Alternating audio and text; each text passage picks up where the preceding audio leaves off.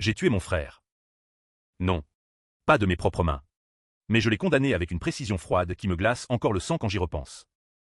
Et pourtant, ce soir-là, sous la pluie battante de Paris, alors que je regardais les flammes dévorer la maison familiale, je n'ai ressenti aucun remords, seulement une satisfaction amère. Comme un vin trop corsé qu'on savoure en sachant qu'il empoisonne. Tout a commencé avec la mort de père. Il est parti un matin d'automne. Dans son bureau du château de Saint-Cloud, terrassé par une crise cardiaque fulgurante. À 78 ans, il était encore vigoureux. Cet homme qui avait bâti une fortune dans l'immobilier de luxe, collectionnant les hôtels particuliers haussmanniens comme d'autres collectionnent les timbres. La maison, notre maison, ce vaste manoir du 16e arrondissement, avec ses parquets Versailles, ses marbres italiens et son jardin secret donnant sur le bois de Boulogne, était son joyau. Dans son testament, lu par le notaire dans le salon aux lambris dorés, il léguait tout à parts égales, à mon frère aîné Antoine, à moi, et une usufruit amère pour qu'elle y vive jusqu'à sa mort. Antoine a souri ce jour-là. Un sourire poli, maîtrisé, comme toujours. À 45 ans, il était l'enfant prodigue revenu, avocat d'affaires brillant, marié à Sophie, cette femme aux yeux verts et au rire cristallin qui semblait sortie d'un magazine de mode. Il n'avait pas d'enfant, disait-il, préférant leur liberté. Moi, à 40 ans, j'étais le cadet discret, célibataire, travaillant dans l'ombre comme conservateur au Louvre, passionné par les vieux tableaux et les secrets enfouis. Mère, fragile depuis des années, vivait encore là, entourée de ses souvenirs et de ses roses anglaises. Les premiers signes de trahison sont venus subtilement. Antoine proposa de moderniser la gestion du patrimoine. Pour optimiser les frais. Pour mère. Disait-il. Sophie acquiesçait, posant sa main fine sur son bras. Ils convinrent d'une réunion familiale. Mère, épuisée par le deuil, signa des procurations sans bien comprendre. Moi, je refusai net. Père voulait que nous restions unis ici. Ai-je objecté? Antoine haussa les épaules, les temps changent. Julien. Il faut être pragmatique. Puis, les lettres arrivèrent. Des avis d'huissier. Antoine avait contesté le testament. Il prétendait que père, dans ses derniers mois, avait modifié ses intentions orales, lui léguant la pleine propriété en échange de soins prodigués. Des témoignages bidons, une infirmière, un médecin ami. Sophie, avec son charme venimeux, convainquit mère de témoigner en sa faveur, pour ton bien. Belle maman, pour éviter les dettes. Mère, terrifiée par la perspective de finir en maison de retraite, signa. Le jugement tomba comme un couperet. Le tribunal, influencé par les relations d'Antoine dans les cercles judiciaires parisiens, valida la contestation.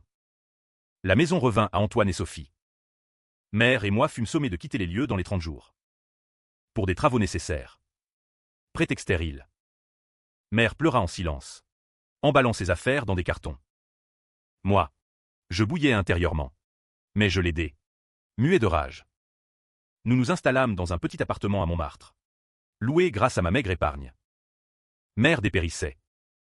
Ses nuits étaient hantées par des cauchemars. Elle murmurait le nom de père, appelant la maison comme une enfant perdue. Ils nous ont volés. Julien. Ton frère. Comment a-t-il pu? Je n'avais pas de réponse. Antoine. Ce frère que j'avais idolâtré enfant. Ce protecteur qui m'emmenait pêcher au bord de la Seine. S'était transformé en étranger cupide. C'est là que les secrets commencèrent à remonter. En triant les affaires de père, je trouvai une lettre cachée dans un vieux secrétaire. Écrite de la main de père. Datée de quelques mois avant sa mort. Il y confessait une liaison ancienne. Une erreur de jeunesse, Antoine n'était pas son fils biologique. Un amant de passage. Un artiste bohème que mère avait aimé avant le mariage. Père l'avait élevé comme sien. Par amour pour elle. Mais il avait tout légué équitablement. Conscient de cette vérité enfouie. Le choc fut violent. Antoine savait-il, Sophie, cette révélation changeait tout. Mais au lieu de me soulager, elle alimenta ma haine.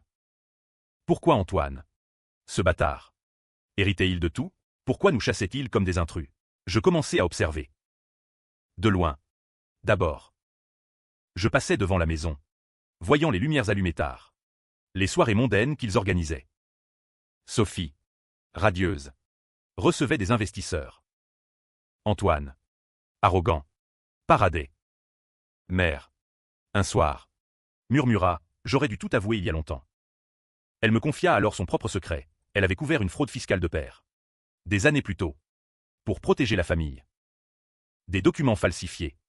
Signés de sa main. Si révélés. La fortune s'effondrerait.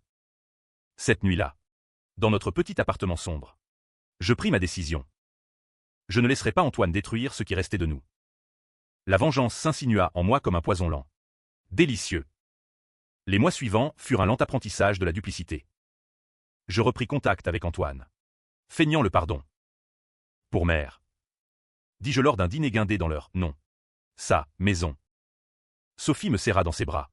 Parfumée au jasmin. Ses yeux scrutant les miens comme pour y déceler la faille. Antoine versa le vin. Un Bordeaux millésimé de la cave de père. Et parla à faire. Tu devrais investir avec nous. Julien. La maison va devenir un boutique-hôtel de luxe. Je souris. Hochant la tête. Intérieurement. Je cartographiais les lieux, les alarmes nouvelles. Les caméras. Les habitudes. Mère. Invitée exceptionnellement. Tremblait en voyant ses meubles remplacés par du design contemporain froid. C'est comme si nous n'avions jamais existé. Chuchota-t-elle en partant. Je creusais plus profond. Grâce à mes contacts au Louvre. J'accédais à des archives notariales. Antoine avait manipulé le testament, l'infirmière était payée. Le médecin menaçait de révélation sur une vieille affaire. Sophie. Je la pris par une ancienne amie. Avait poussé Antoine. Ambitieuse.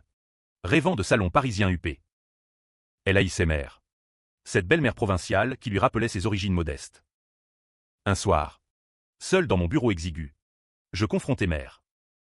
Pourquoi as-tu témoigné pour eux? Elle pleura. Sophie m'a promis une rente. Un appartement confortable. J'avais peur. Julien. Peur de la pauvreté. Comme avant père. Sa lâcheté me révolta. Mais je la compris. La peur ronge. Je commençai mon plan. D'abord. Les preuves. Je récupérai les documents de la fraude fiscale. Cachés par père. Puis. Je contactai discrètement un journaliste d'investigation. Un ancien camarade d'université. Je lui glissai des indices anonymes sur les magouilles d'Antoine. Mais cela ne suffisait pas. Je voulais plus. Je voulais qu'il souffre comme nous. Mère toussait de plus en plus. Le médecin diagnostiqua un cancer. Accéléré par le stress. Combien de temps? Demandai-je. Des mois. Peut-être. Sa mort approchait. Et avec elle. Ma détermination s'aiguisait. Sophie tomba enceinte. L'annonce lors d'un appel triomphant d'Antoine, un héritier pour la maison. Ironie cruelle. Je les invitai à dîner chez nous. Prétextant réconciliation. Mère. Affaiblie. Joua le jeu. Sophie. Radieuse avec son ventre arrondi. Parla de nurserie dans l'ancienne chambre de père. Ce soir-là. Je versai un sédatif léger dans leur vin, inoffensif. Juste pour les endormir. Pendant qu'ils somnolaient. Je fouillai le sac de Sophie. J'y trouvai des emails imprimés. Elle complotait avec un amant. Un promoteur immobilier. Pour évincer Antoine une fois l'enfant né. Et revendre la maison à prix d'or. La trahison en cascade. Antoine trompé. Comme nous. Mais cela ne m'attendrit pas. Au contraire. Cela légitima ma rage. Ils étaient tous pourris. Je décidai d'accélérer. Je falsifiai des preuves liant Antoine à la fraude de père. Les envoyant au fisc anonymement. Les enquêtes commencèrent. Antoine paniqua. Appelant pour conseil. Je jouai l'ami. Tiens bon. Frère. Mère s'éteignit un soir de printemps. Seule avec moi. Elle murmura. Pardonne-moi. Julien. J'ai porté le poids trop longtemps. Ses funérailles furent modestes. Antoine et Sophie vinrent. Hypocrites. Fleur à la main. Sophie. Alourdie par la grossesse. Pleura pour la forme. Après l'enterrement. Je passai à l'action. J'avais hérité d'une petite police d'assurance de mère. Je l'utilisai pour engager un détective privé. Qui confirma, Sophie avait un amant. Et Antoine. Endetté par ses investissements foireux. Avait besoin de la vente rapide de la maison. Le twist personnel, en fouillant plus. Je découvris que père avait modifié son testament d'une dernière fois. Caché chez un autre notaire. La maison me revenait majoritairement si Antoine était disqualifié pour indignité. Mais Antoine l'avait intercepté. Le détruisant. La boucle était bouclée. Je rassemblai tout, preuves de fraude. De faux témoignages. D'adultère. Je les envoyai au procureur. Anonymement. Antoine fut arrêté pour escroquerie. La maison saisie. Sophie, en plein désarroi, accoucha prématurément. L'enfant survécut, mais elle partit avec son amant, abandonnant Antoine en prison. Moi, je récupérai la maison. Vide. Froide. Mais la vengeance n'apporta pas la paix. La maison me revint. Enfin. Vide. Dépouillée de ses souvenirs chaleureux. Transformée en coquille moderne par leurs travaux. Les parquets grinçaient sous mes pas solitaires. Les murs, repeints en gris anthracite, absorbaient la lumière.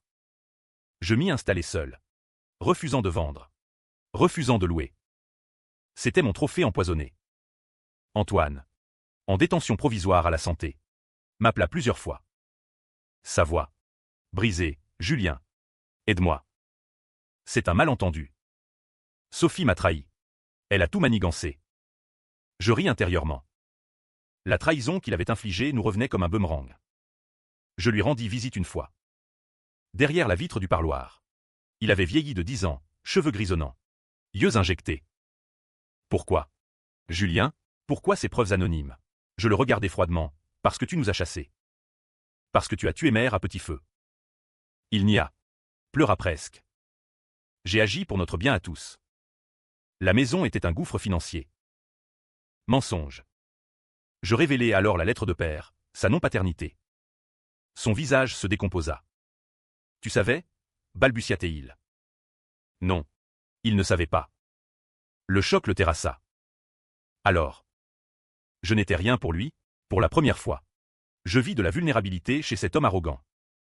Sophie, de son côté, disparut avec l'enfant et l'amant en Provence. Des rumeurs, elle vendait des secrets d'Antoine pour se refaire. La famille éclatait. Comme je l'avais rêvé. Mais la vengeance a un prix.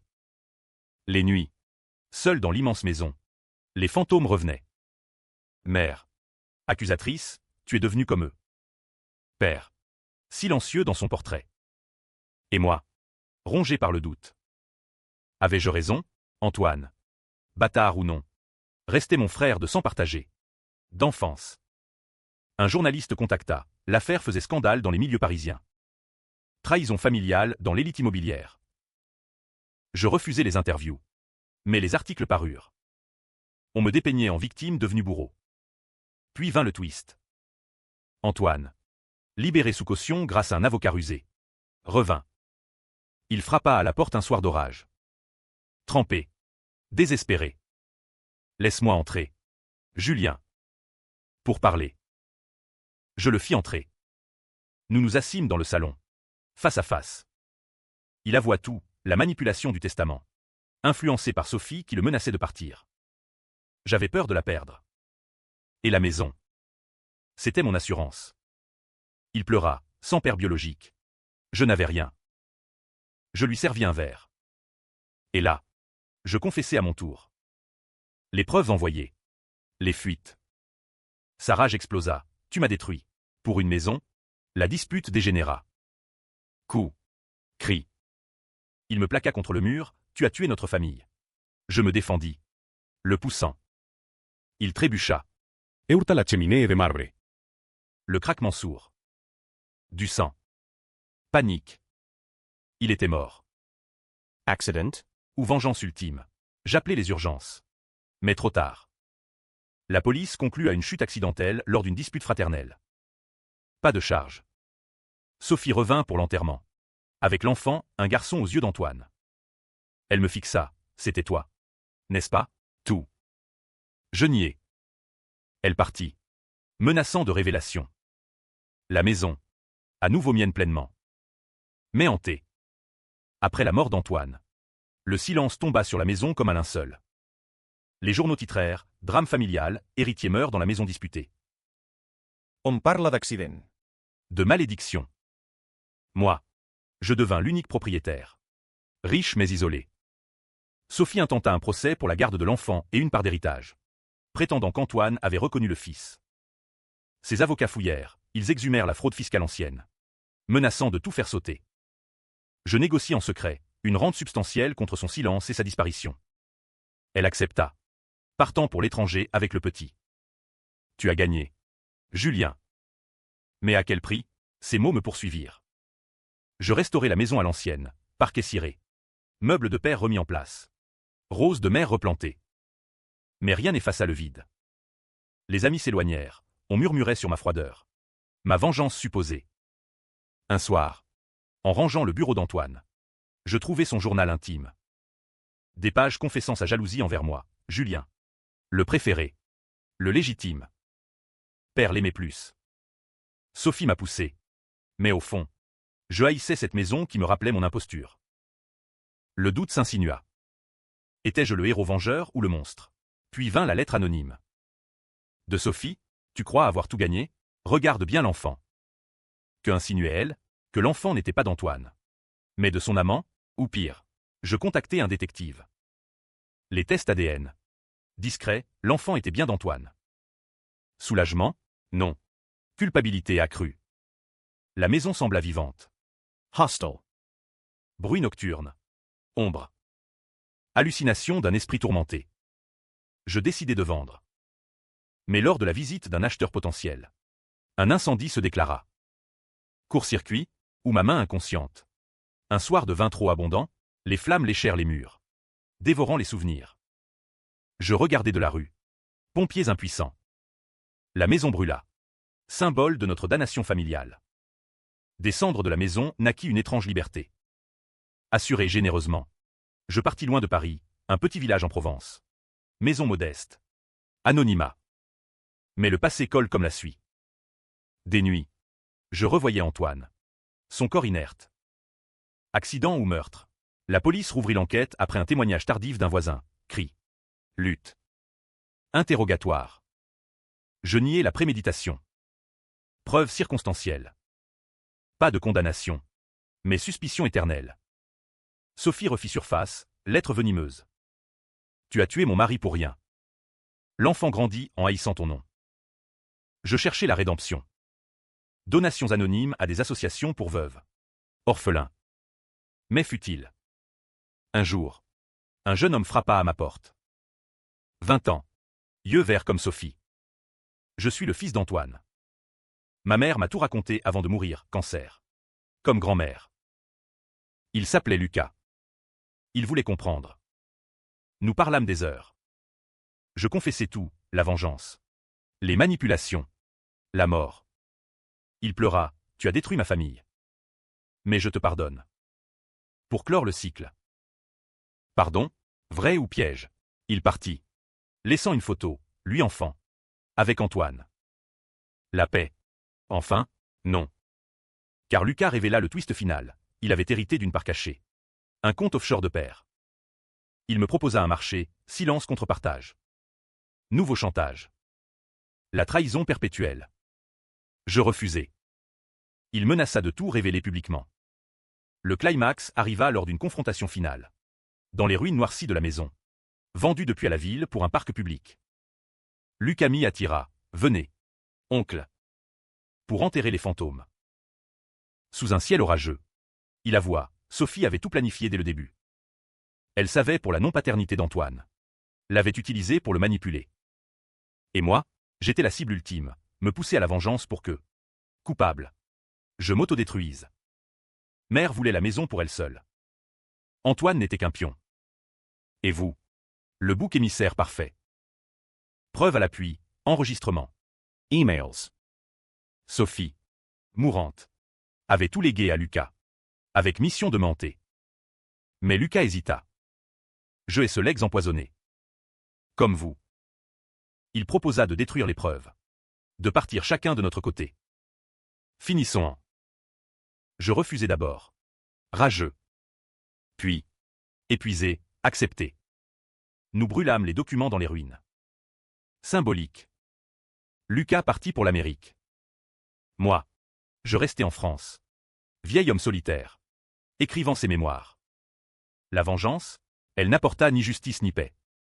Seulement des cendres. Et pourtant, si c'était à refaire. Le ferais-je? Peut-être. Car dans les familles, le sang appelle le sang. La trahison la trahison. Fin ambiguë, ai-je vraiment pardonné? Ou Lucas reviendra-t-il un jour? Le lecteur jugera. La controverse persiste, héros ou vilain. La maison maudite emporta ses secrets. Mais pas les miens.